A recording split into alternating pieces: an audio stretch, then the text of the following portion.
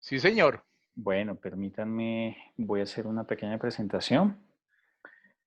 No sé si la presentación se está viendo bien. Sí, se está viendo bien, doctor Giraldo. Ujú. Excelente. Bueno, muy bien. Buenas tardes a todas y todos. Muchas gracias por asistir a esta tertulia organizada por el Colegio de Abogados Comercialistas.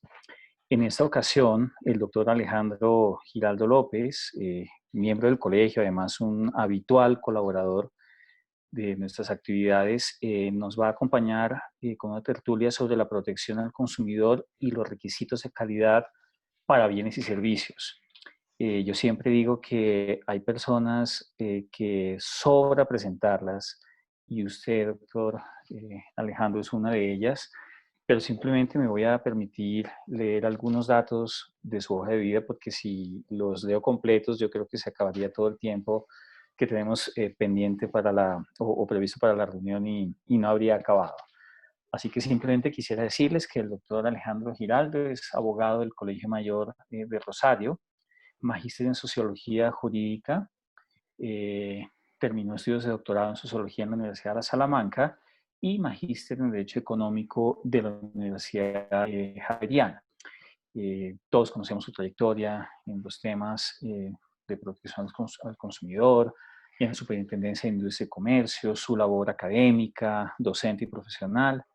Así que simplemente, doctor Giraldo, quiero volver a reiterarle que usted bien sabe que el Colegio de Abogados Comercialistas es su casa, nos complace mucho contar siempre con su apoyo y su presencia y los temas pues, que usted le ha dedicado muchos años a estudiar y a practicarlos en el ejercicio de la profesión, siempre además pertinentes y que le interesa mucho a los colegiados y a quienes asisten a nuestras tertulias. Así que sin más, no quiero quitarle el tiempo.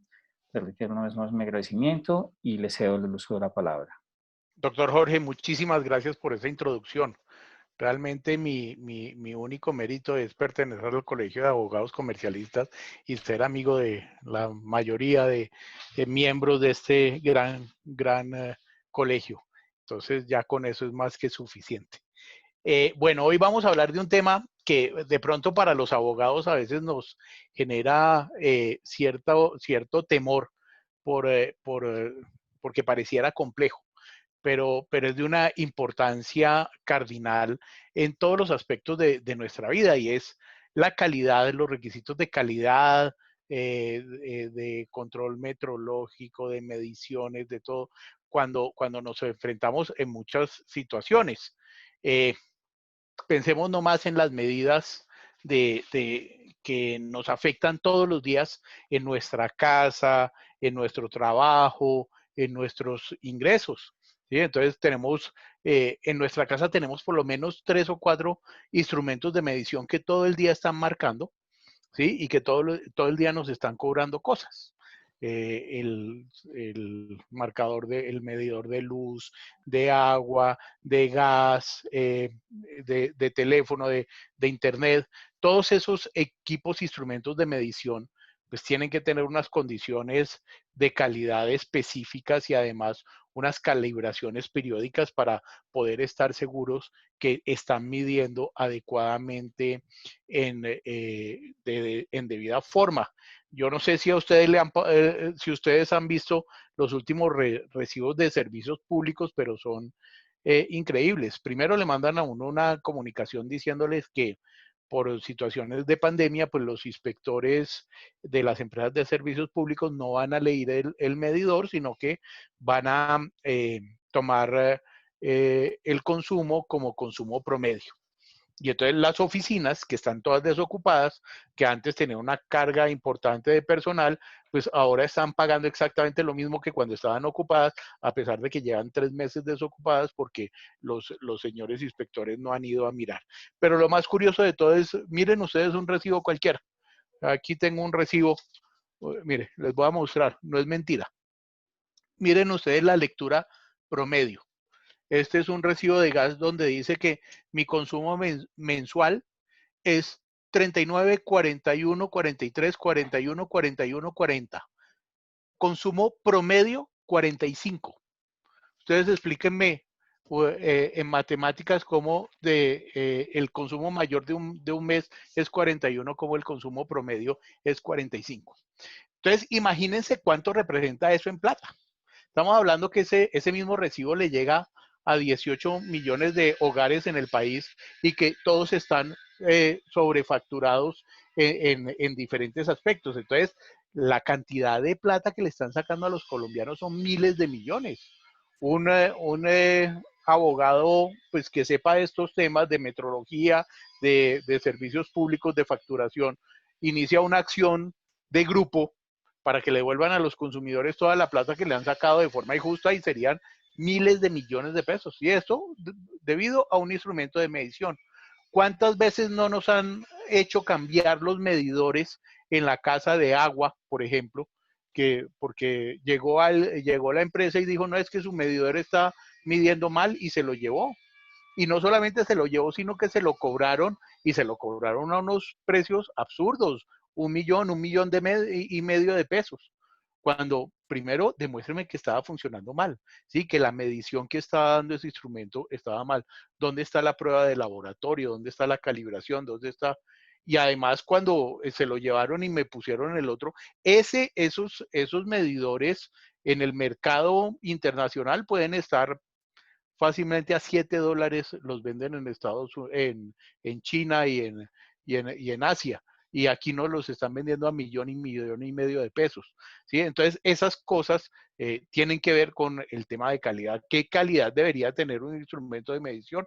¿Cómo así que cada 3 años vienen a cambiarme el instrumento? Si un instrumento de medición debería, pues para el hogar, debería durar por lo menos 20 o 25 años. Las normas técnicas de creación de funcionamiento de esos instrumentos me dan para que un instrumento de esos dure muchísimo tiempo en el mercado. Entonces, en servicios públicos, el tema de calidad y de mediciones es fundamental.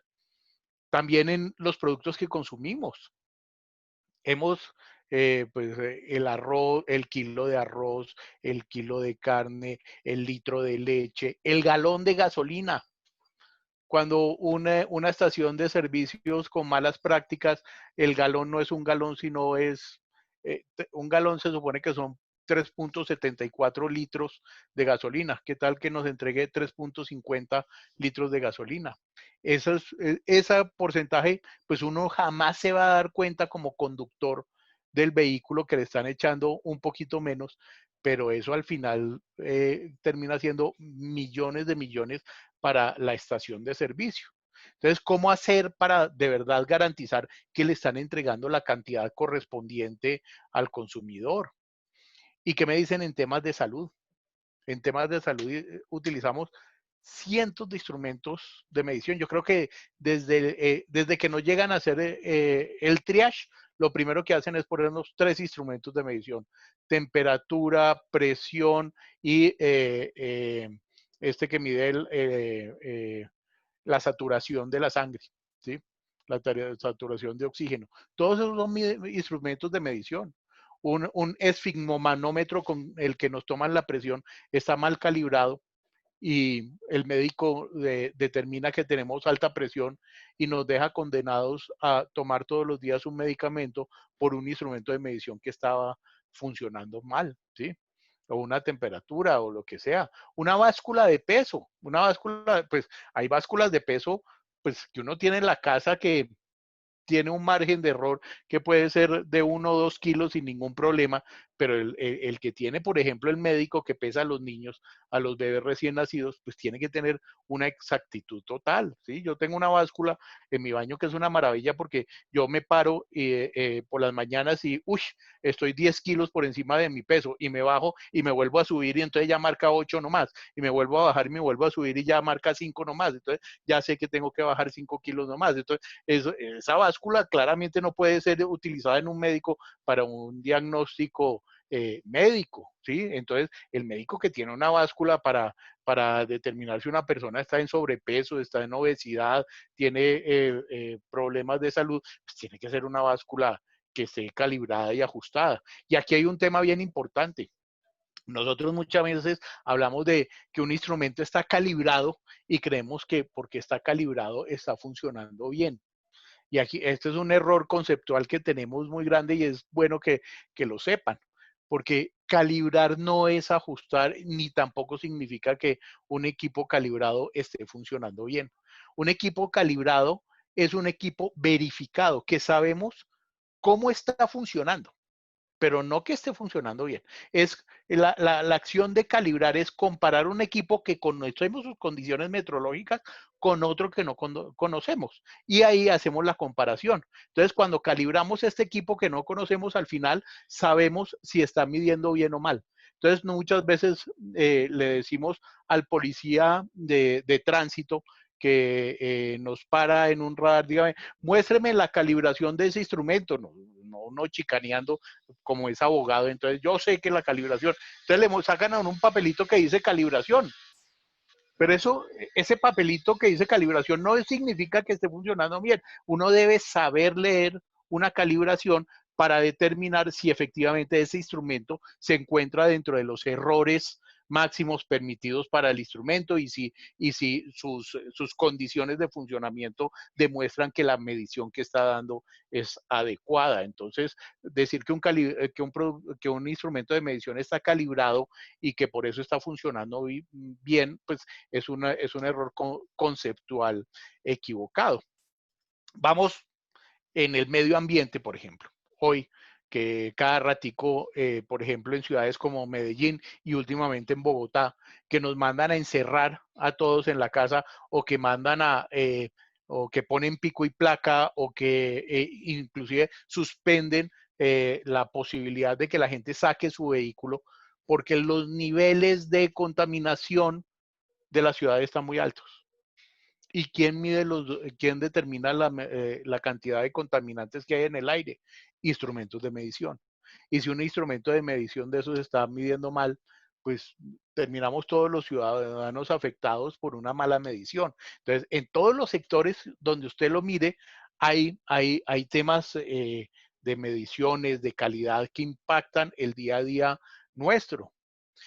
Ni hablar de los instrumentos que se utilizan en actividades periciales, judiciales o administrativas.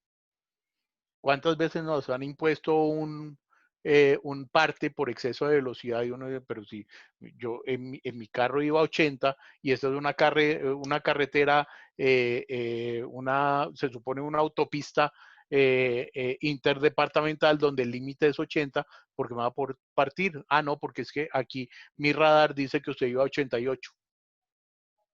Y entonces, ¿cuál está mejor? ¿El del policía o el del carro? Pues vaya a saber. Eso hay que demostrarlo con papeles y con procesos de trazabilidad metrológica que me permitan saber si un instrumento está funcionando bien o mal. Y el tema no es solamente pecuniario. Ustedes saben perfectamente que una persona que atropella un ciudadano y lo mata o se estrella y hay heridos o hay muertos, le llegan a hacer una prueba de alcoholemia y si salió pues la prueba de alcoholemia que está en estado de embriaguez, pues se convierte ese homicidio de homicidio culposo a homicidio doloso preterintencional, ¿sí? Y la diferencia son solamente 30 años de cárcel, ¿sí? El impacto que tiene eso, pues es todo, ¿sí? ¿Y quién fue el que dijo que estaba borracho o no? Un instrumento de medición.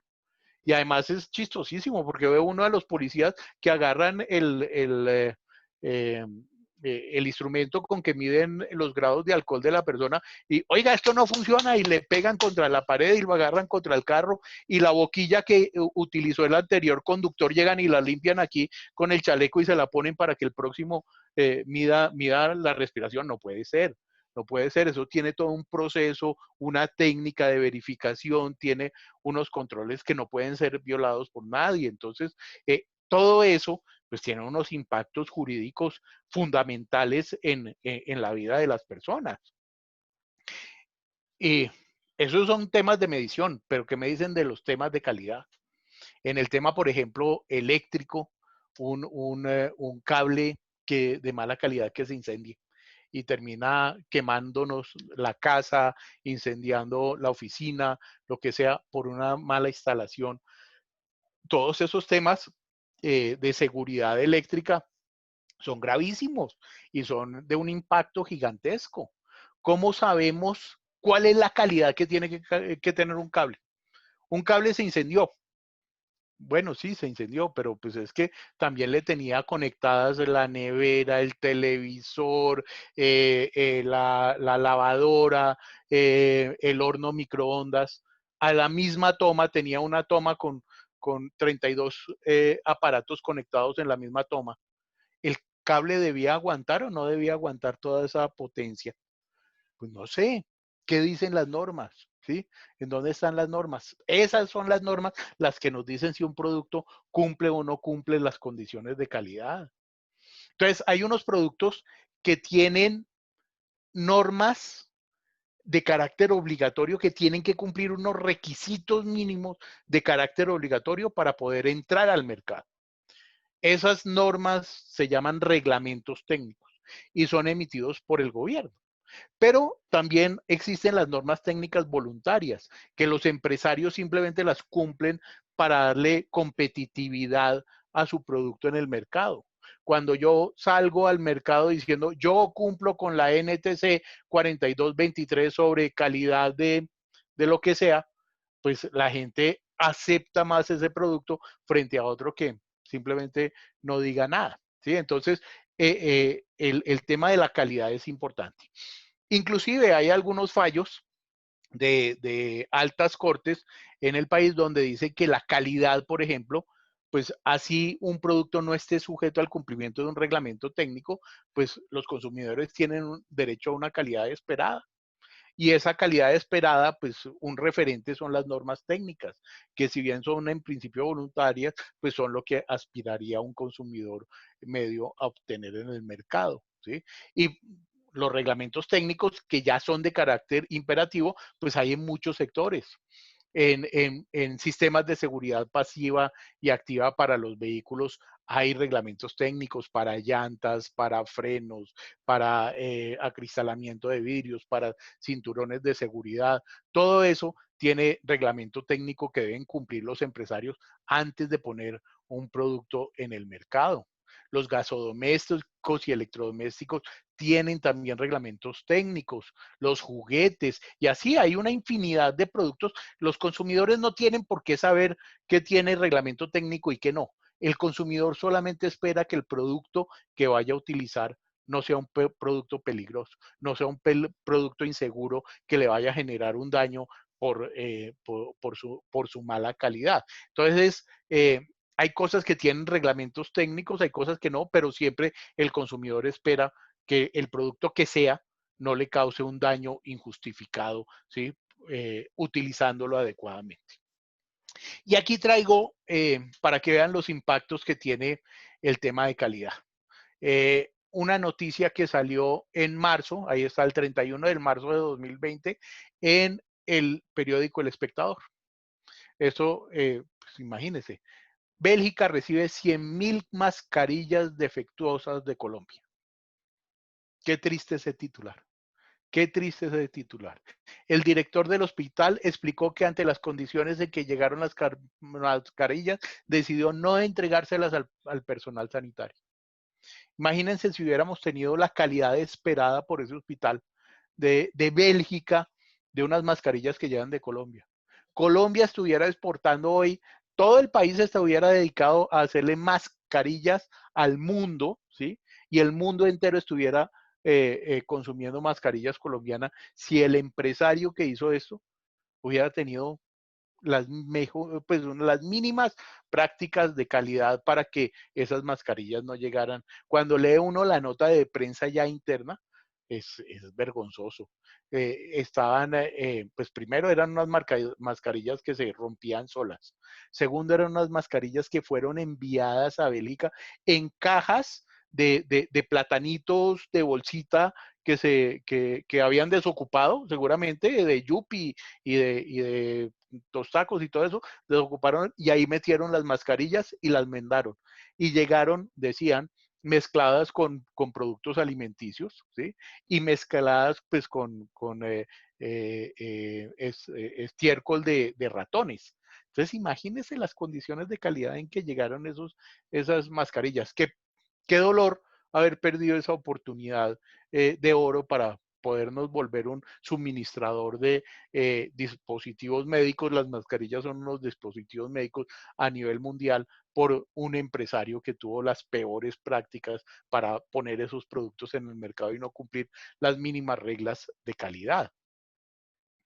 Entonces, Colombia ha venido trabajando desde hace ya 30 años en crear un sistema, una infraestructura de calidad, una infraestructura de organismos, de entidades, de procedimientos públicos, privados, que le garanticen a los ciudadanos eh, productos de calidad y que le garanticen al empresario cumplir los requisitos de calidad que exigen los países exportadores o importadores de productos desde Colombia. ¿Cómo hace un empresario, por ejemplo, que quiere exportar a Europa artesanías? Hablemos de un producto nuestro, muy nuestro, las artesanías. Entonces resulta que en Europa, pues sí, chévere, las artesanías colombianas son muy lindas, pero espera un momentico, esas artesanías las van a coger los niños, ¿sí? Entonces yo quiero que usted me demuestre que esas artesanías fueron pintadas con una pintura que no tiene plomo, ¿sí? Ah, entonces, ¿y yo cómo le hago para demostrar eso? Pues tiene que tener disponibilidad de un laboratorio especializado en medición de metales pesados, que tenga equipos suficientes para medir el nivel de plomo de la pintura y poder certificarle que su pintura es libre de plomo. Y ese laboratorio, para que esos resultados le crean en el mercado, pues tiene que tener un reconocimiento, ¿sí? Un reconocimiento de sus buenas prácticas para practicar ese tipo de ensayos que se dan a través de la acreditación. Entonces, fíjense que hay toda una cadena, ¿sí? De pasos. El empresario tiene que certificar su producto, el certificador tiene que acreditarse, el acreditador necesita un reconocimiento internacional para que haya confianza en el mercado, ¿sí? ¿Cómo hacemos para confiar? Pensemos que es que nosotros como consumidores, realmente lo que hacemos cuando vamos al mercado es actos de fe, ¿sí? Yo consumidor compro una botella de agua y yo lo único que puedo ver es que es transparente, pero micro, microorgánicamente esa agua sí es potable, no me va a causar daños, no tengo ni idea. Y no tengo posibilidad como consumidor de llegarlo a saber, sino hasta que me lo tomo y me enfermo. Si no me enfermé, entonces estaba bien, y si me enfermé, entonces era un agua que no cumplía las condiciones. Pero fíjense que pues ahí frente al consumidor, pues la situación realmente es de inferioridad, de incapacidad de los consumidores de saber si lo que están consumiendo pues no les va a hacer daño, no les va a afectar, tiene las condiciones de calidad esperada. ¿Cómo hacemos para garantizar que eso sea así? Aquí un pequeño videíto. Confías en despertar a tiempo cada mañana. Confías en la información que recibes, en el aire que respiras y en el agua que utilizas.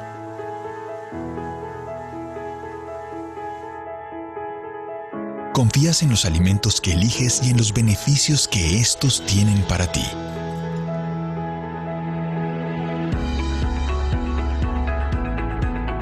Te sientes seguro porque recibes exactamente lo que pides. Porque las cosas cumplen lo que prometen. Sabes que los productos que consumes tienen la calidad que afirman. Y que la tecnología que usas es compatible con tu entorno. Te preocupas por escoger lo mejor para tu familia. Y valoras la tranquilidad de tener productos de calidad. Pero ¿te has preguntado quiénes te brindan esa confianza, esa seguridad y esa tranquilidad? Somos el Subsistema Nacional de la Calidad SICAL. y estamos trabajando día y noche para mejorar la calidad, seguridad y sostenibilidad de los productos que tú y tu familia consumen.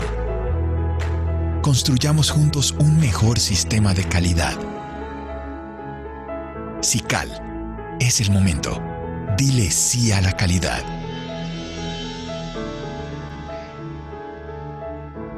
Ustedes fíjense cómo, de verdad, el ciudadano normal lo único que puede hacer es confiar en las cosas que el empresario le coloca. Pero claro, el empresario debe tener un control y ese control debe estar en cabeza pues del gobierno, ¿sí? Apoyado también por instituciones públicas y privadas que le permitan dar esa confianza para que no pasen esas cosas. Mire lo que pasó pues en Medellín con el Space, qué tristeza, ¿sí? Todo echado abajo por unas malas prácticas de construcción, por querer reducirle unos cuantas varillas de acero a la construcción, pues cientos de afectados hubo ahí en ese caso. Gracias a Dios, pocos muertos, pero sí cientos de afectados por unas malas prácticas en la construcción y por no cumplir con los requisitos de calidad exigidos, obligatorios por las normas de calidad. Entonces, ¿qué es el SICAL? El SICAL es un sistema conformado por muchas actividades. Tenemos actividades de normalización, en donde se producen normas técnicas. Tenemos actividades de reglamentación en donde se expiden reglamentos técnicos. Tenemos actividades de metrología que hacen o permiten que los instrumentos sean calibrados. Tenemos actividades de evaluación de la conformidad, es decir, de evaluar un producto, proceso, servicio con una norma y determinar si ese producto cumple o no cumple con esa norma. Tenemos actividades de ensayos en laboratorios. Tenemos actividades de inspecciones de personal experto para determinar si un producto, un proceso cumple con unas condiciones. Tenemos actividades de certificación y tenemos actividades de acreditación. ¿Quiénes desarrollan todas estas actividades? Pues son entidades públicas y privadas, ¿sí? En donde se unen a través de un sistema, de un cuerpo, en donde la cabeza del cuerpo, como lo pueden ver aquí en esta figura, es el Ministerio de Comercio, Industria y Turismo. Ese ministerio, pues, es el rector de la política de calidad, el decreto 210 del 2013 que reestructuró el ministerio, dice que el Ministerio de Comercio, Industria y Turismo será el rector de la política de calidad. Y los integrantes del SICAL, pues hay instituciones públicas y privadas que interactúan entre sí para lograr que esos productos, que esos servicios que se ponen en el mercado cumplan con esos requisitos de calidad esperados. Y arrancamos con una entidad que es de una relevancia fundamental en la calidad, que se llama el normalizador. Y CONTEC es el Instituto Colombiano de Normas Técnicas y de Calidad, que es una institución 100% privada que realiza actividades de producción de normas técnicas. Y el ICONTEC tiene dos funciones, una de evaluador de la conformidad y otra de normalización. La función de normalización inclusive se la otorga un decreto desde el año 63 y le dice, usted va a ser el órgano de normalización nacional, ¿sí? Pero ICONTEC es una entidad privada hecha por empresarios. ICONTEC tiene un origen en la unión de ANDI, FENALCO, ACOPI, que se reunieron para crear este organismo de normalización que es el que hoy emite las normas técnicas en Colombia. Y obviamente, pues toma como referencias las normas técnicas internacionales. ¿Por qué la normalización la hacen una entidad particular? Pues porque son los particulares los que saben hacer las cosas. ¿sí? El Estado no tiene ni idea de cómo hacer un lápiz, ni un asiento, ni un computador, ni una instalación eléctrica, ni nada, ¿sí? ¿Quiénes son los que saben hacer? Pues los que fabrican, los que utilizan, los que consumen esos productos son los que saben qué características debería tener cada grupo.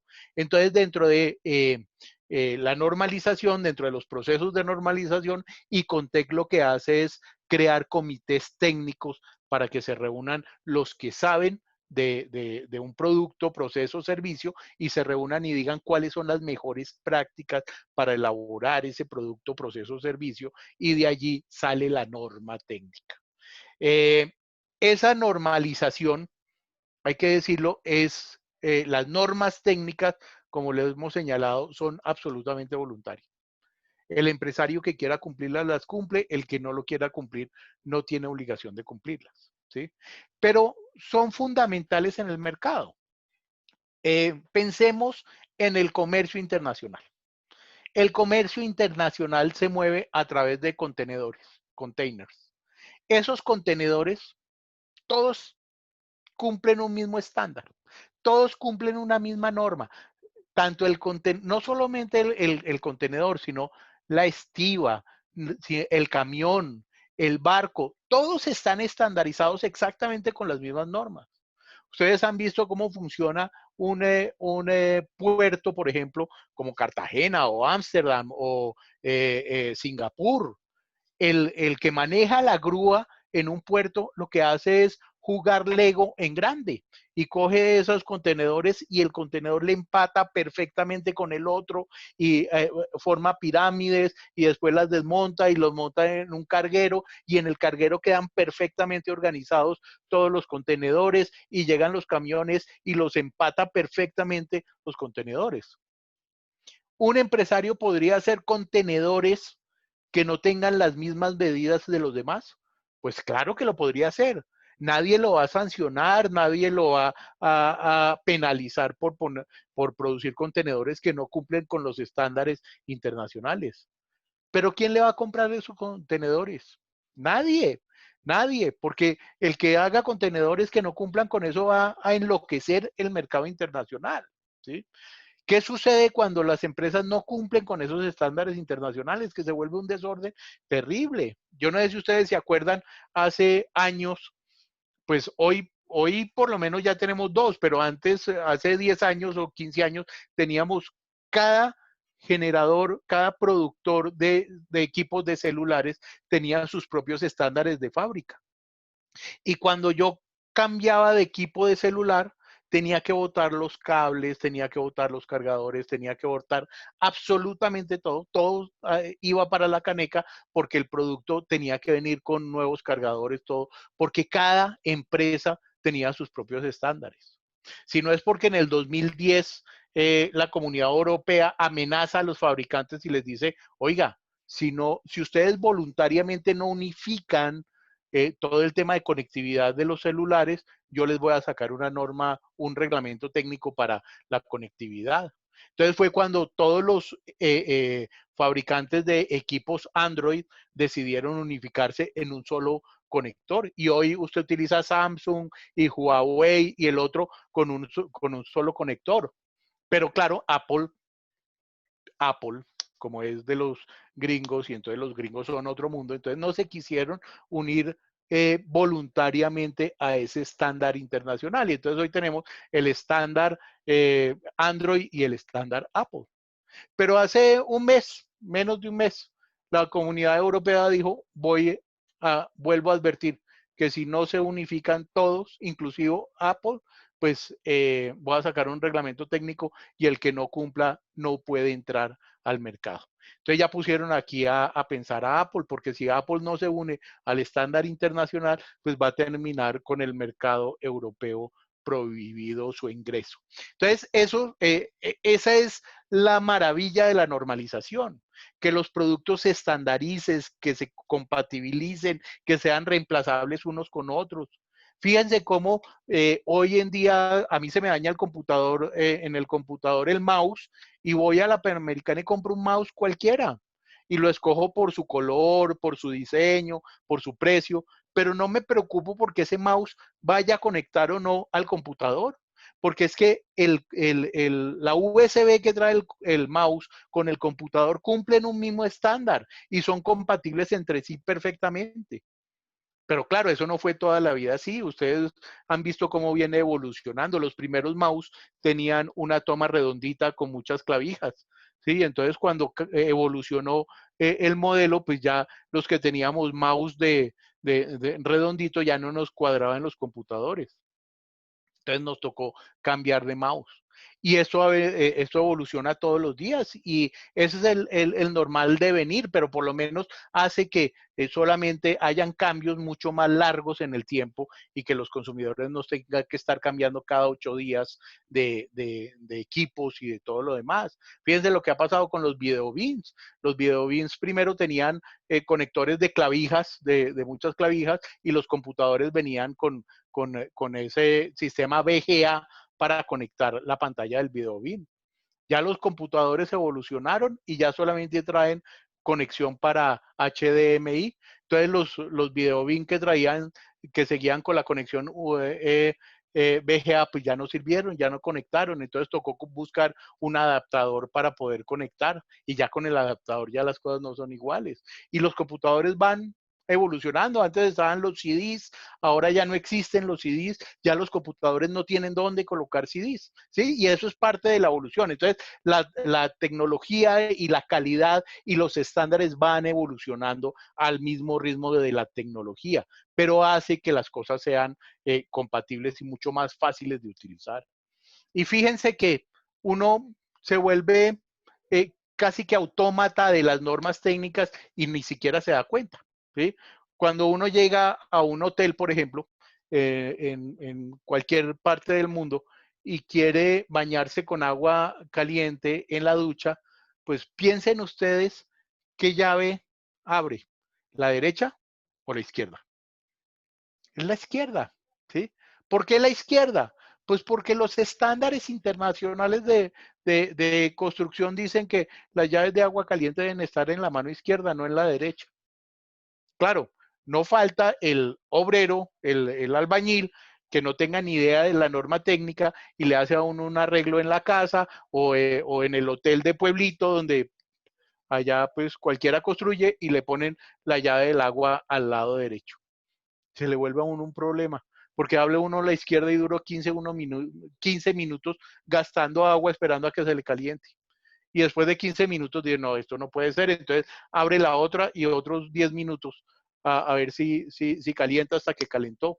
Entonces, imagínense, fueron 25 minutos de pérdida de agua porque el señor se cambió, no puso en la mano izquierda, sino en la derecha el agua caliente. Entonces, así pasa con muchas cosas que tenemos en nuestro entorno. Nosotros estamos automatizados a utilizar normas técnicas y no nos damos cuenta. Esas normas técnicas también sirven de base para los gobiernos para imponer reglamentos técnicos. ¿Qué son los reglamentos técnicos? Son normas de carácter imperativo que obligan una calidad determinada a unos productos, procesos o servicios que pueden afectar un interés legítimo de país, ¿sí? Los reglamentos técnicos se convierten en obstáculos técnicos al comercio, porque quien no cumpla un reglamento técnico no puede ingresar a un mercado y le tiene restringido el ingreso al mercado por no cumplir con el reglamento técnico. Aquí me preguntan por Facebook, ¿en Colombia hay casos o regulación para casos de obsolescencia programada? Pues lamento informar que no. Colombia no ha regulado sobre obsolescencia programada. Entonces, en este momento yo creo que el tema de la obsolescencia programada, se debe regular es por temas de información al consumidor. Debería un empresario informar la obsolescencia programada, pero infortunadamente todavía no hay ninguna regulación al respecto. Entonces, volvemos al tema de los reglamentos técnicos. Los reglamentos técnicos, como son un obstáculo al comercio, pues entre los acuerdos firmados en el marco de la OMC, de la Organización Mundial del Comercio, uno de los acuerdos más importantes fue el de obstáculos técnicos al comercio. Y se dijo que los países tenían su legítimo derecho de imponer requisitos de calidad a los productos que fueran a ingresar a sus mercados, ¿sí? Pero que había que respetar unos principios básicos para que esos reglamentos, esos requisitos que se impusieran no fueran obstáculos innecesarios al comercio. Y lo primero que se dijo es que un reglamento técnico únicamente se puede expedir para proteger un interés legítimo de país. ¿Y cuáles son esos intereses legítimos de país? Lo dice el acuerdo. Pues la seguridad, la vida, el medio ambiente, la vida animal y vegetal, evitar la inducción en error a los consumidores, ¿sí? Entonces, esos son los únicos motivos por los cuales un gobierno puede imponer unos requisitos de calidad a unos productos. Entonces, no sé, recuerdo un caso por allá en el año 95, 96, que apenas estaba entrando pues a funcionar la OMC, pues Colombia ya se había adherido al acuerdo de la OMC a través de la ley 170 y pues expidió un reglamento técnico para el café, ¿sí? Y dijo en aquel momento, dijo que ningún café podría tener una acidez, no recuerdo los datos exactos, pero no podría tener una acidez superior al 5%, porque los colombianos son muy exquisitos en su paladar y entonces una acidez mayor pues le afecta las pupilas gustativas. No tengo ni idea por qué. El caso es que pues los demás países productores de café vecinos, Brasil, Costa Rica, etcétera, le fueron y fue de las primeras quejas que llegó a la OMC contra Colombia y le dijeron, oiga, eso que usted está imponiendo es un reglamento técnico injustificado, porque es que, pues primero, ahí no hay ningún interés legítimo para proteger. El buen gusto del consumidor colombiano no es un interés legítimo que usted pueda proteger. Y además, pues obviamente, el único café que cumplía con ese nivel de acidez era el café colombiano. Y el café brasileño y el café costarricense y el café ecuatoriano, pues quedaban por fuera de esa categoría y por tanto quedaban prohibidas las importaciones de esos tipos de café. Entonces, el gobierno tiene que vigilar que cuando imponga requisitos de calidad, sean requisitos que de verdad sustenten una protección a un interés legítimo. Entonces, por ejemplo, existe una norma técnica para los cilindros de gas. Y la norma técnica, que es una norma voluntaria, habla de muchas cosas del cilindro de gas, su forma, su tamaño, sus dimensiones, el diseño con que está hecho para que sea más fácil transportarlo, la válvula de seguridad, todo eso, ¿sí? Tiene infinidad de requisitos. El Estado no puede llegar y decir, vuelvo obligatorio la norma técnica de cilindros de gas, así nomás. Porque entonces lo que está haciendo es volviendo obligatorio y convirtiendo en obstáculo técnico al comercio las dimensiones, por ejemplo. ¿Y cuál es el riesgo a la salud, vida, medio ambiente, que las dimensiones de un cilindro de gas no sean todas estandarizadas? A mí qué me importa como Estado que un cilindro de gas sea cuadrado o que sea de difícil transportar o que no se pueda apilar. Eso no puede ser, no puede estar dentro de un reglamento técnico como tal, ¿sí? Tiene que estar dentro de una norma técnica, pero ya el reglamento técnico solamente se puede fijar en los elementos de seguridad del producto para que no cause riesgos de explosión. Entonces, la válvula de seguridad, el material con que está elaborado, que aguante presiones, que aguante altas temperaturas, que los sistemas de seguridad para desfogue cada vez que la presión se suba demasiado, etcétera, etcétera. Pero no puede simplemente tomar una norma y volverla obligatoria así nomás. Entonces, el Estado se nutre de la normalización para crear sus reglamentos técnicos y vuelve obligatorios las partes correspondientes a la protección a alguno de los intereses legítimos del país. ¿Quién debe cumplir con las normas técnicas voluntarias u obligatorias? Pues los productores de bienes o servicios, ¿sí? Entonces yo soy un productor de cilindros de gas. ¿sí? Entonces, pues, estoy sujeto a un reglamento y tengo también una norma técnica voluntaria. Para poder ingresar al mercado tengo que cumplir lo que dice el reglamento técnico. Eso impajaritable. Pero para poder ofrecer mi producto y que sea mucho más competitivo y mucho más aceptado por los empresarios, por los consumidores y por quienes compran cilindros de gas, pues debo cumplir con la norma técnica. Pero no basta con cumplir. Tengo que demostrar el cumplimiento de esa norma o ese reglamento técnico. Claro, si el Estado va y le pregunta al fabricante y le dice, oiga, ¿usted cumple con mi reglamento? Pues el fabricante le va a decir, pues claro, mis productos son una berraquera, esos tienen premios en todos lados, eso así como le pasa a uno con la señora que hace arepas allá en la calle, que hace arepas al lado de la carretera donde pasan todos los buses y camiones y le echan humo, y la señora con un overol que alguna vez fue blanco, ya uno no sabe de qué color es, y coge las arepas con la mano y recibe la plata con la mano y le pregunta a uno, oiga, señora, ¿será que esas arepas no me harán daño? Pues la señora que va a decir, aquí yo llevo 20 años y eso son filas de gente para comprarme.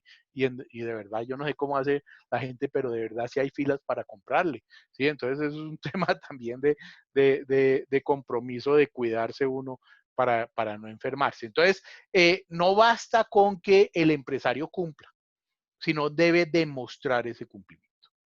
¿Y cómo debe demostrar ese cumplimiento? Pues depende, el reglamento técnico pues determina cómo se debe de demostrar. A veces dice, mire, con una declaración del productor es suficiente para yo confiar de que el producto cumple.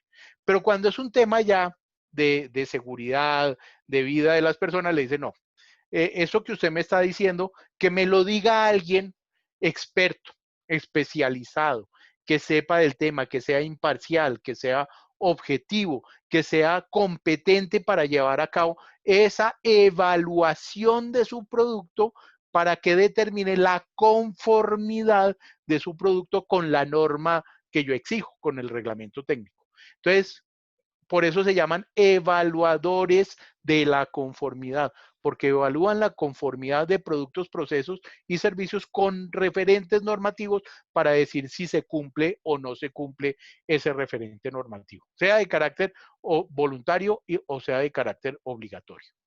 ¿Y quiénes son esos evaluadores de la conformidad?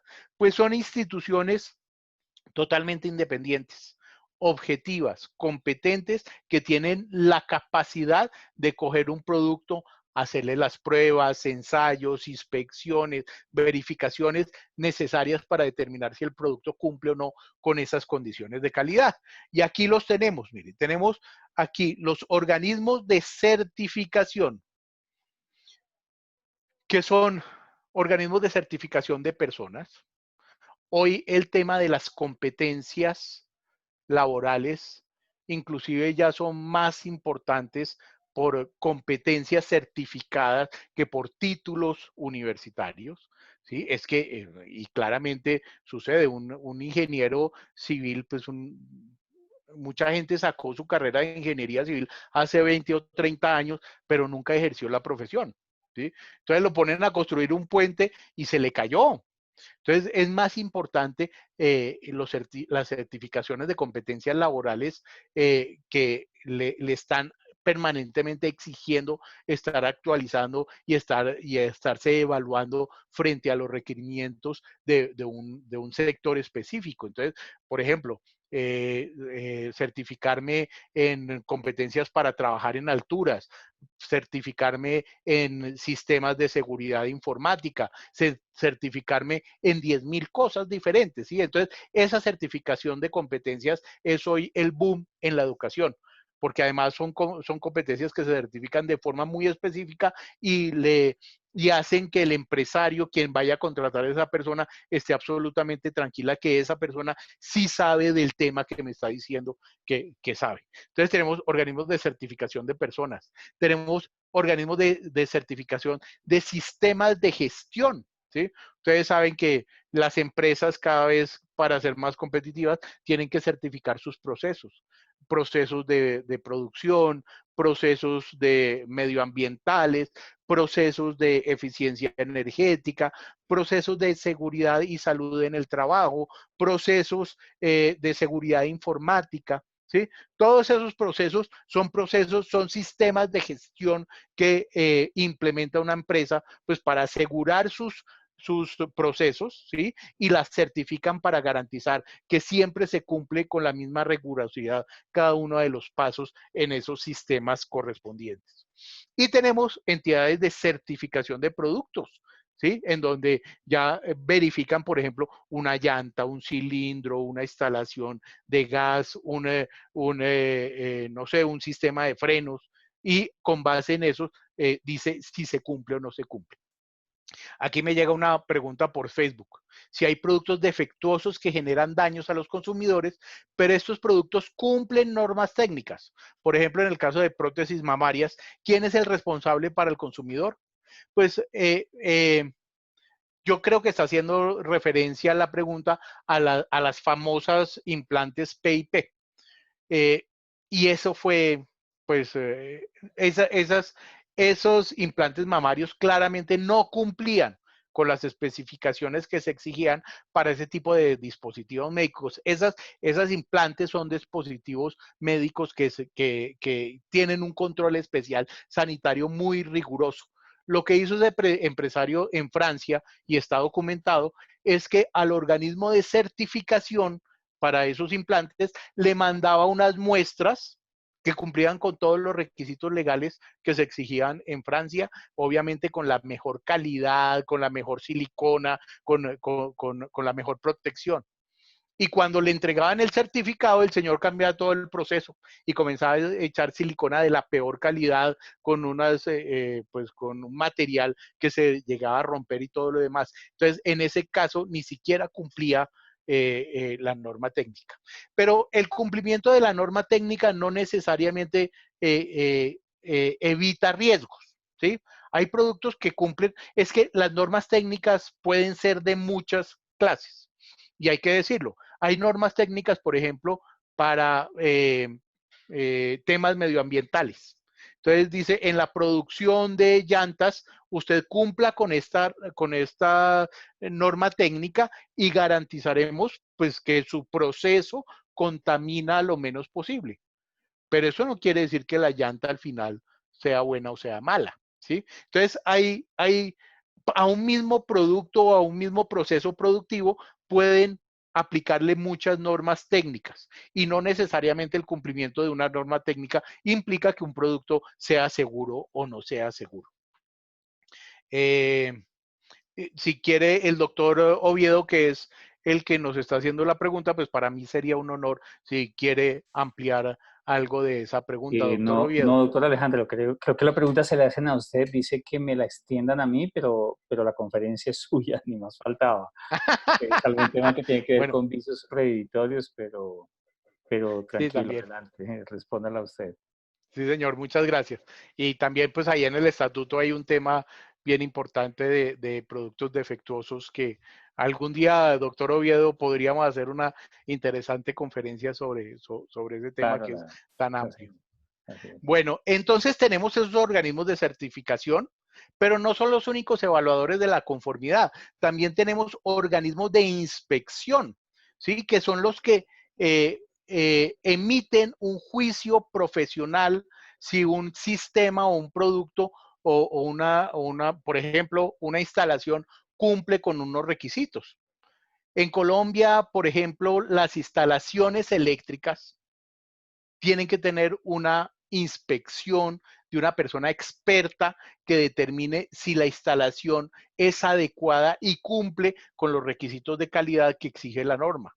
Uno a veces en las remodelaciones de apartamentos rompen una pared y encuentra un masacote de cables y de cosas que uno dice, uy, Dios mío, esto cómo no se había incendiado antes, ¿sí? Y es porque nunca tuvieron una revisión de inspección para determinar si efectivamente se estaba cumpliendo con esos parámetros para no generar peligro de incendio. Entonces, los organismos de inspección, pues los tenemos todos los días.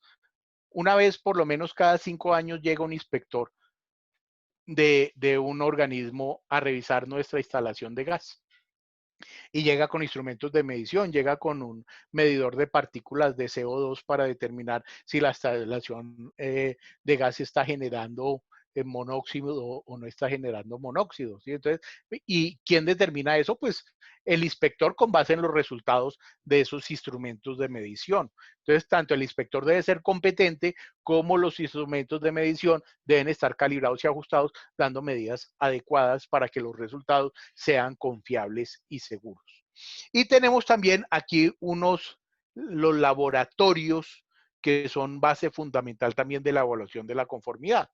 Que tenemos los laboratorios de pruebas y ensayos, que son los laboratorios que en la práctica verifican si un producto cumple o no cumple con una condición establecida en una norma, ¿sí? Entonces, cuando me piden, por ejemplo, que el nivel de plomo y cadmio de la pintura no supere los tantos partes por millón, pues un laboratorio es la entidad evaluadora de la conformidad adecuada para hacer esa medición de plomo y cadmio, ¿sí?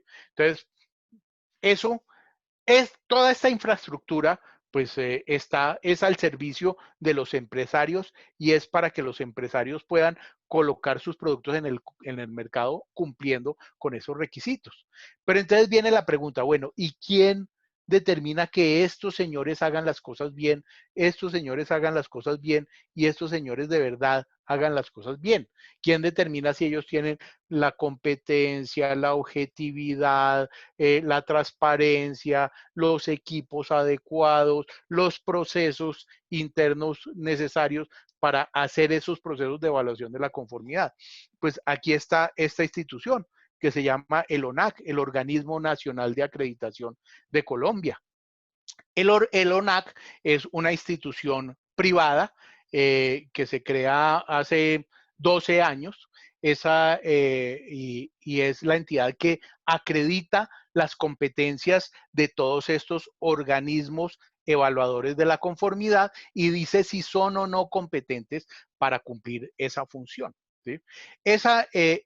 Esa función de acreditación, años atrás, en el año 2000, en el año 92, que la crea el Estado, la crea dentro del primer decreto de calidad que salió en el año, en el año 92 hay una reestructuración de la Superintendencia de Industria y Comercio y pues dentro de esa reestructuración se crea un grupo que se llama de acreditación, otro de metrología, otro de reglamentos técnicos y se les asignan esas funciones que antes nadie las tenía en el mercado ni eran parte de la operación en Colombia.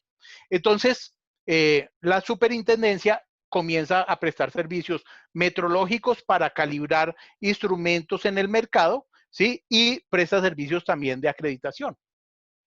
En el año 2006 resulta que el gobierno hace un análisis de toda la infraestructura nacional de la calidad y determina que Colombia todavía no cumple con los requisitos y los estándares internacionales para poder exportar. Y eso se vuelve un problema porque el mayor impedimento, el mayor problema para que los empresarios puedan exportar es la falta de certificaciones de calidad internacional.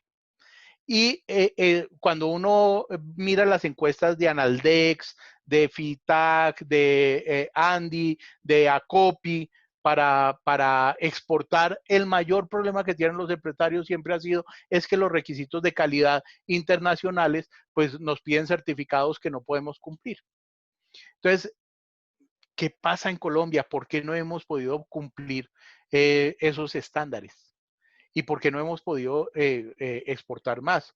Ustedes han visto los datos son realmente lamentables. Colombia, antes de la Constitución del 91, el 60% de sus exportaciones tenían que ver con productos primarios, con café, con carbón, con petróleo. Y el otro 40% eran productos que tenían algún tipo de transformación, ¿sí? Manufacturas, calzado, ropa, ¿sí? Algunos productos ya con algo de valor agregado que se exportaban. Los datos de este año, de finales del año pasado, de exportaciones, vamos como el cangrejo. Ahora no solamente es, siguen siendo los productos primarios el mayor, el que mayor exportaciones genera, ya no en un 60, sino en un 80%. Quiere decir que los productos con valor agregado solamente alcanzan un 20% del mercado, ¿sí? ¿Y por qué? No es porque los productos colombianos sean caros, ¿sí? O que sean de mala calidad. Es porque los empresarios no han podido lograr certificar sus productos para exportar. Es que piensen nomás, uno va a Bucaramanga y encuentra almacenes de calzado en todas las esquinas. Y el calzado más lindo, más bonito, bien diseñado, que se ve súper de calidad, etcétera. ¿Y cuántos zapatos exportamos? Casi ninguno. ¿Y por qué tan baja la exportación de calzados? No, es que el mercado chino, no, el mercado chino no es competencia para los calzados colombianos. Es que el calzado colombiano no cumple con los estándares internacionales. Pónganse a pensar nomás las curtiembres colombianas, cómo curten el cuero con químicos que generan materiales pesados, que tienen materiales pesados terribles, con plomo, mercurio, cadmio, ¿sí? Y todo eso, pues después de ese proceso es lo que va a los ríos y además contamina los ríos. Pero todo ese metal pesado queda dentro del cuero. Y esos metales pesados, cuando uno se pone ese calzado, termina absorbiéndolo la piel. Ustedes han visto cuando fabrican un zapato con que pegan la suela, por ejemplo, al resto del zapato, con boxer, ¿sí? Y uno ve, pues, cómo le echan boxer y lo pegan. Pues bien, ustedes han visto con qué se traban los muchachos de la calle para poderse drogar. Andan todos con su tarrito de boxer, ¿sí? El boxer, ¿qué sucede? Pues que genera unos vapores que son súper tóxicos, pues son súper dañinos, tanto que mantiene trabados a estos muchachos durante todo un día un tarrito de boxer. Entonces, si usted pega un zapato con un boxer, pues ese zapato le va a emitir vapores que va a terminar chupando el cuerpo y absorbiendo el cuerpo. Entonces, ¿qué país va a aceptar unos zapatos donde el cuero tiene altos niveles de metales pesados y el pegante que se utiliza es un pegante altamente técnico? ¿Sí? Entonces, todas esas cosas hacen que Colombia no pueda exportar, que Colombia no pueda exportar. Los problemas que ha tenido para lograr exportar, por ejemplo, aguacate hash y cacao y todo eso, los ha podido solucionar porque desde la raíz, desde la tierra donde preparan el cultivo para donde se van a sembrar los aguacates, tienen que tener buenas prácticas, ¿sí? Y tienen que garantizar que en la tierra donde se cultiva, pues no se ha utilizado químicos, no se ha utilizado de estos plaguicidas y cosas que contaminan brutalmente la tierra y que termina absorbiendo la mata y que termina la fruta. Entonces tiene que haber un trabajo de años de preparación de esa tierra para que sea cultivable, apta para la exportación. Y cuando cultivan, pues usted no puede comenzar a rociar simplemente con pesticidas todo el día para que no le lleguen los bichitos. No, eso no lo puede hacer porque entonces la fruta termina cargándose de esos pesticidas y va a ser rechazada en el mercado internacional por altos niveles de contaminantes. Usted tiene que tener prácticas diferentes para evitar los bichos dentro de su cultivo. ¿Y qué tal el agua que utiliza? Pues si usted conecta la motobomba al río Bogotá y con eso cultiva las matas, pues imagínese, el río Bogotá que está lleno de mercurio y de plomo y de cadmio y de cuántos metales pesados vienen de todas esas curtiembres y de todas esas fábricas clandestinas en el mercado, ni hablar. Entonces, todo eso afecta la calidad de nuestros productos a exportar. Y si nosotros no somos conscientes de eso, para poder llevar unos procesos adecuados para que los productos finales cumplan con los requisitos internacionales, jamás vamos a lograr conquistar esos mercados internacionales. Entonces, por eso, pues Colombia desde hace muchos años viene trabajando en crear toda esta infraestructura, ¿sí? Entonces, venimos aquí viendo pues lo que hacen cada una de estas entidades. Aquí tenemos el Instituto Nacional de Metrología, que es el que garantiza y da la trazabilidad de todos los instrumentos de medición en el país. Es el garante de las mediciones en el país. En el Instituto Nacional de Metrología ustedes encuentran el kilogramo oficial, el metro oficial, el litro oficial o el decímetro cúbico oficial, lo que sea, ¿sí? Entonces, allá están las medidas y los laboratorios que quieren calibrar a los empresarios, pues tienen que irse a calibrar al Instituto Nacional de Metrología, haciendo lo que se llama una trazabilidad metrológica para poder saber cómo está funcionando un equipo en el mercado. Tenemos al organismo de inspección, vigilancia y control, la Superintendencia de Industria y Comercio, aquí en la mitad. Entonces, en el año 2006, casi todo estaba reunido en la Superintendencia de Industria y Comercio. El tema metrológico, el tema de acreditación, el tema de certificación, todo estaba ahí concentrado. Entonces, eso a nivel mundial es inaceptable, ¿sí? Lo primero que exige los países para que un país demuestre su calidad es la independencia, la imparcialidad, la objetividad. Y eso, si no está demostrado, ese país jamás va a entrar a competir en los mercados internacionales. Entonces, los ministros que se reunieron en ese COMPES dijeron, hay que tomar medidas, ¿sí? Creemos nuevas instituciones, retiremos del Estado las funciones que no son funciones públicas como tal y creemos instituciones aparte, ¿sí? Y que asuman esas funciones. Y además, pues hay instituciones que también pueden desde afuera de la superintendencia cumplir otras funciones con relación a la calidad. Entonces, en el año 2006, ese COMPES, el 3446, pues recomienda crear el Instituto Nacional de Metrología como una institución pública que salvaguarde y conserve los patrones de medición del mundo, del país, perdón.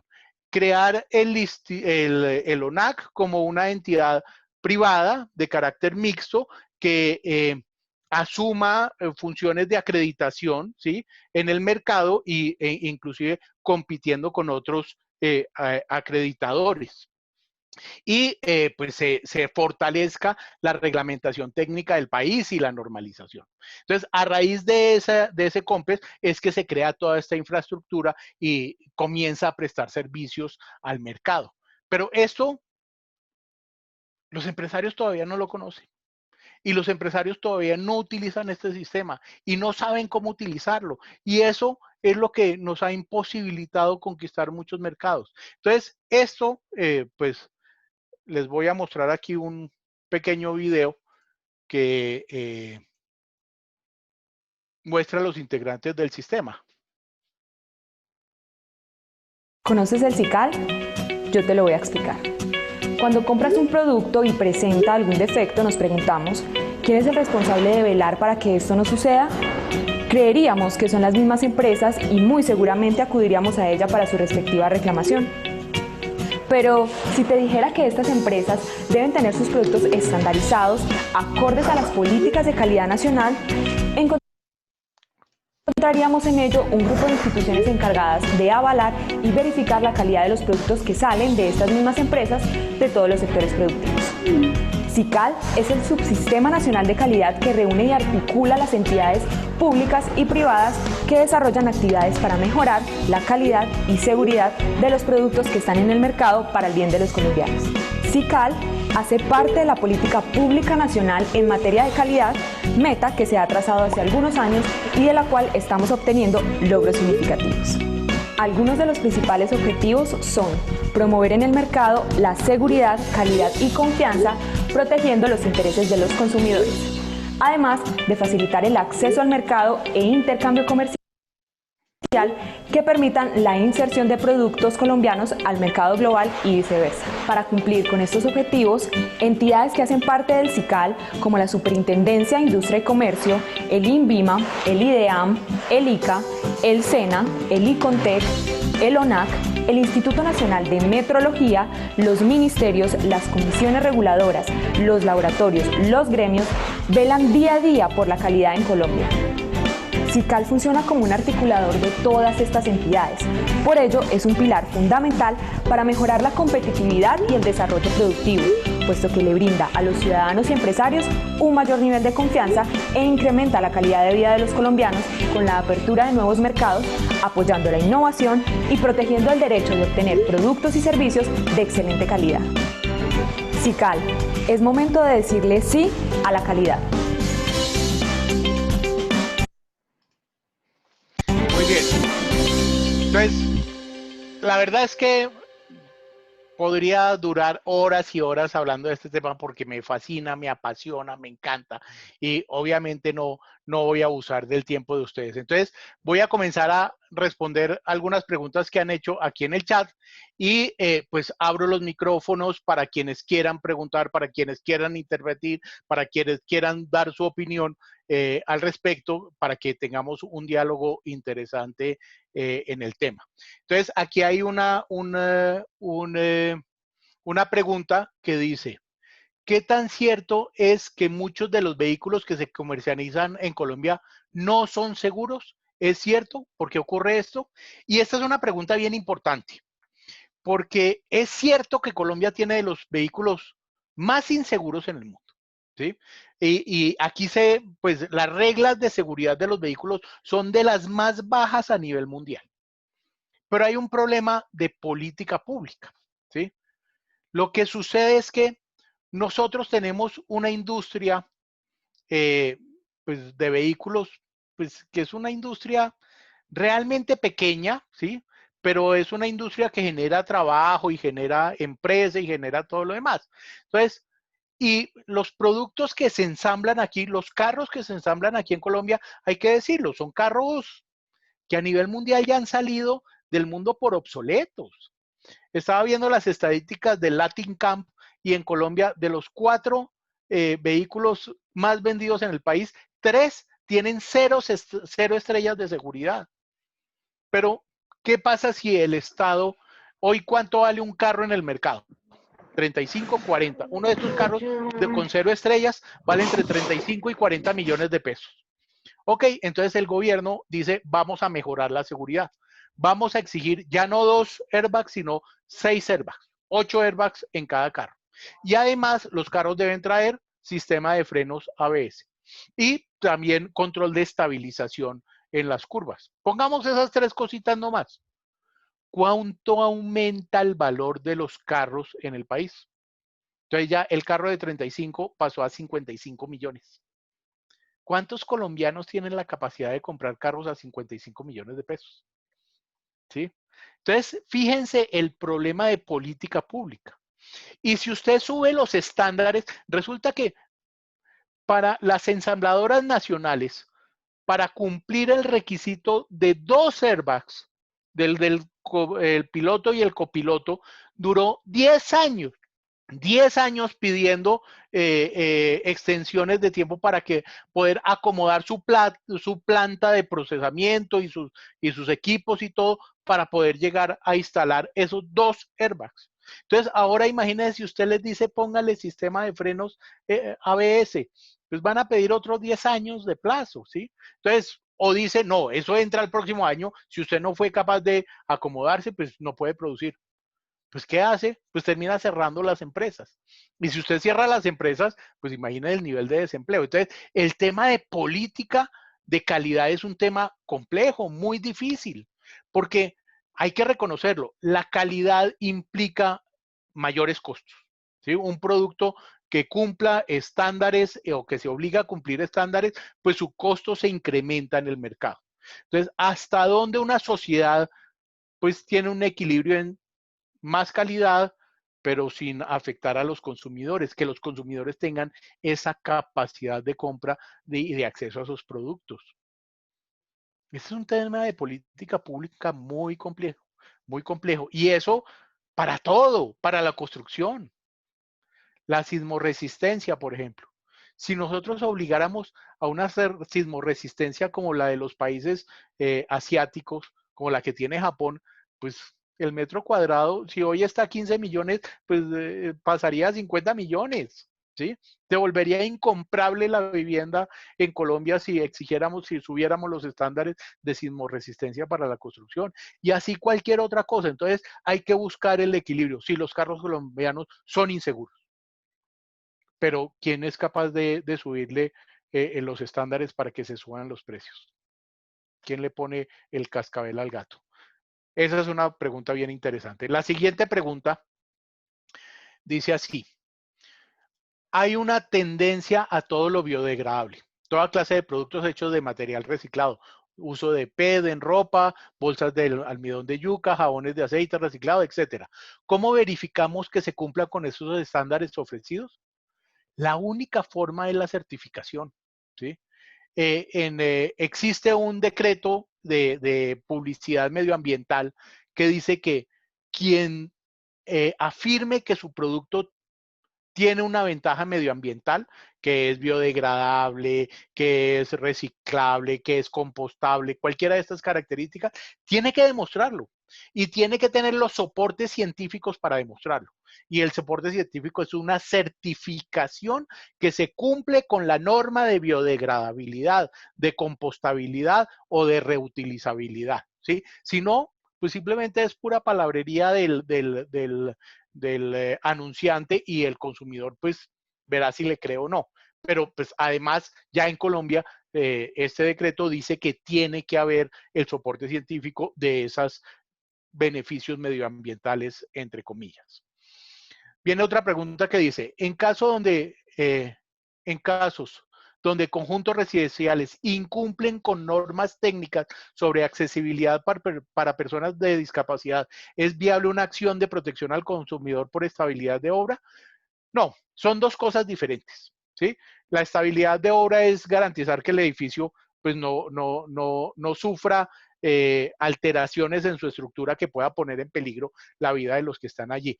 Pero en la accesibilidad sí es un derecho colectivo.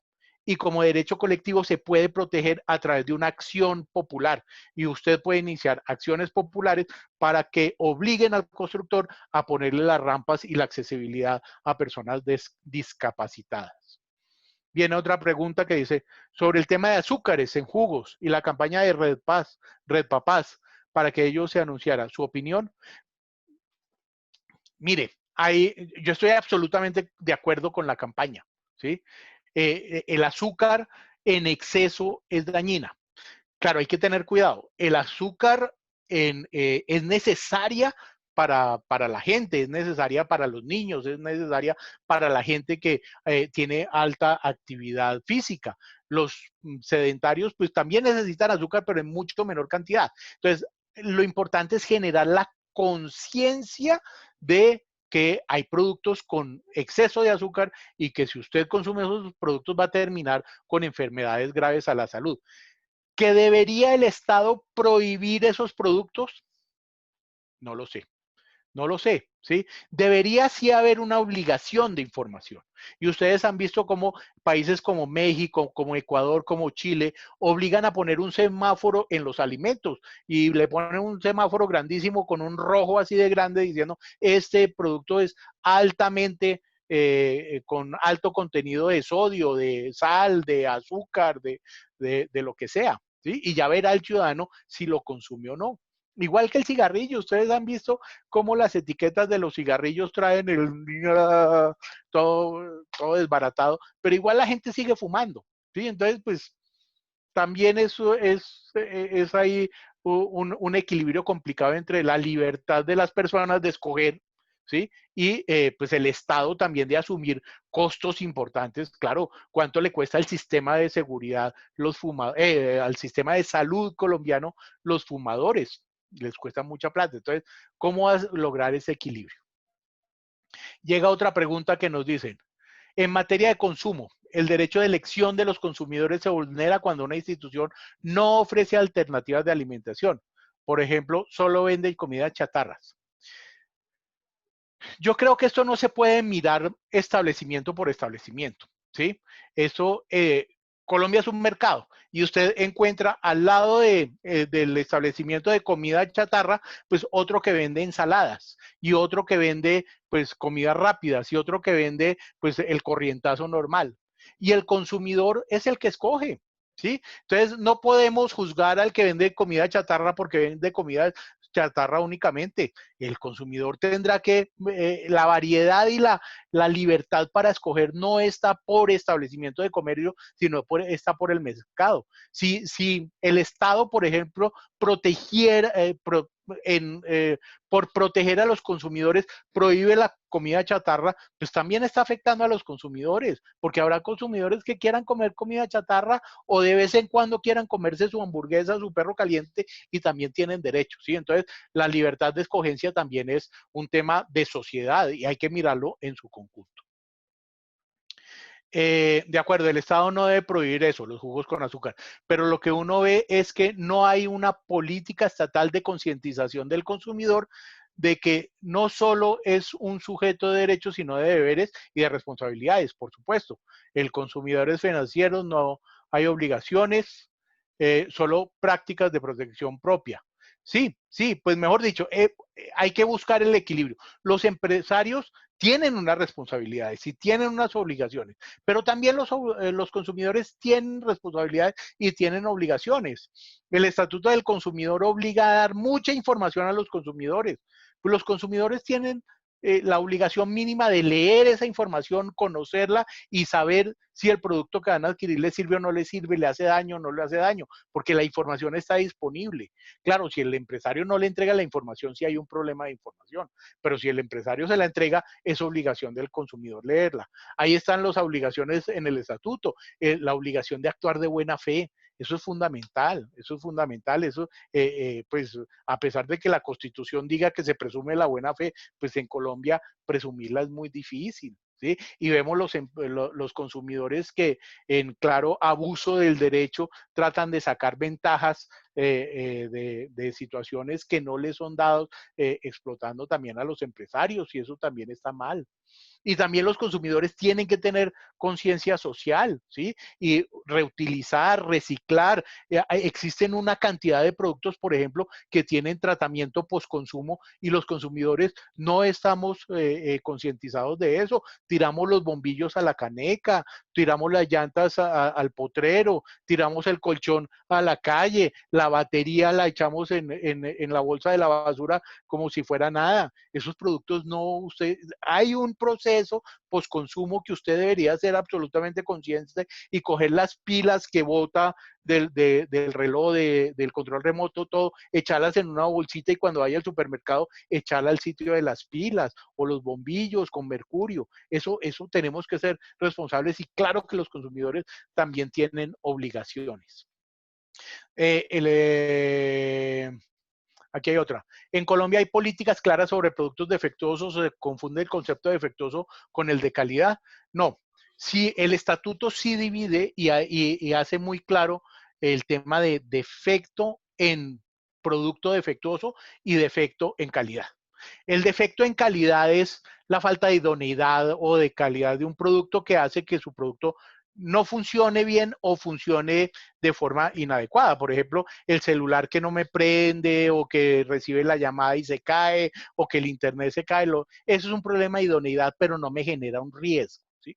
En tema de responsabilidad por daños causados por productos defectuosos, el defecto tiene que ver con la falta de seguridad a que todo consumidor tiene derecho de los productos. ¿Y qué es que un producto sea seguro? Pues un producto es seguro cuando utilizado en condiciones adecuadas no me genera un riesgo irracional en su uso.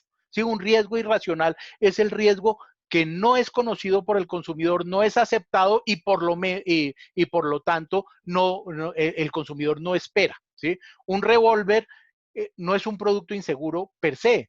Puede ser un producto peligroso, pero no inseguro. ¿Sí? Entonces, yo sé que si le disparo a alguien, lo puedo matar. pero yo no espero que si disparo un revólver me salga pólvora por el tambor y me queme las manos y la cara. Ese sí es un producto inseguro porque hubo un riesgo irrazonable, no esperado por el consumidor. Entonces, la ley sí diferencia claramente el defecto de inseguridad y el defecto de calidad. Pregunta otra aquí. En inmuebles, ¿el incumplimiento del reglamento técnico eventualmente podría considerarse un vicio de reditorio, un vicio en el consentimiento? Pues más que un vicio en el consentimiento, sí, puede ser un vicio reditorio en los términos del Código Civil o del Código de Comercio, pero también es un defecto en los términos del Estatuto del Consumidor. ¿Sí? Y pues en esa medida, pues usted puede iniciar las acciones o civiles o de protección al consumidor. Inclusive la norma dice que la norma de consumidor dice que sin perjuicio de otras formas de protección, usted puede iniciar la acción de protección al consumidor, lo que quiere decir que usted puede iniciar una acción civil por vicios redditorios, pero también por producto defectuoso, así sea una construcción. Creo que ya no tenemos más preguntas. Entonces, pues no sé si alguien quiera intervenir o pues damos, sí, aquí hay otra, llegó otra. ¿Con qué acciones legales cuenta el consumidor afectado por la no conformidad del producto con el reglamento técnico? Entonces, está la acción administrativa, uno puede poner una queja ante la autoridad para que lo investigue y lo sancione, pero eso no me resuelve el problema para mí como ciudadano. Entonces, yo tengo las acciones de responsabilidad por daños por productos defectuosos si yo lo que busco es la indemnización del perjuicio, porque la ley de protección al consumidor dice que un producto que incumpla un reglamento técnico se presume producto defectuoso y por tanto el consumidor afectado pues puede solicitar las indemnizaciones de ley. Y si es simplemente el defecto del producto y no me ha causado ningún daño, pues puedo pedir el reemplazo del bien o la devolución del dinero a través de una acción de garantía. Ahora sí creo que terminamos con las preguntas. No sé si alguien quiera intervenir. Es muy bienvenida cualquier intervención. No sé si estuvieron muy aburridos.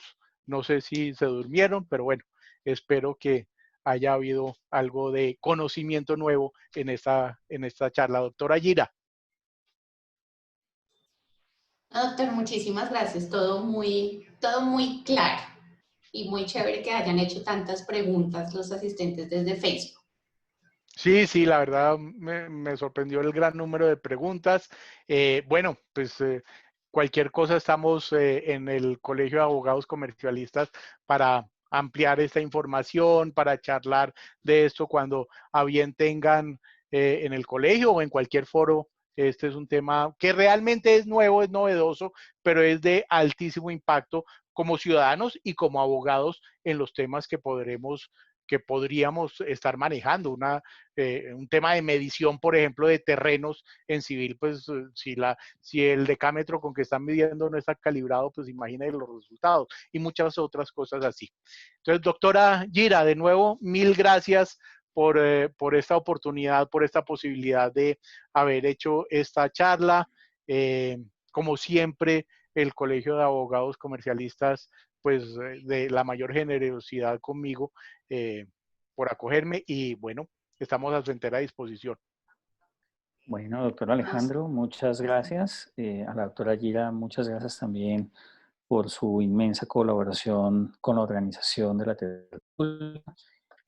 A todos los que han asistido y yo creo que yo al menos espero una segunda parte y voy a necesitar una segunda parte, doctor Alejandro, porque hay muchos temas que derivan de las preguntas que los asistentes hicieron, muchos temas que seguramente requerirán que tengamos una segunda tertulia para hablar de tantos temas importantes que usted mencionó.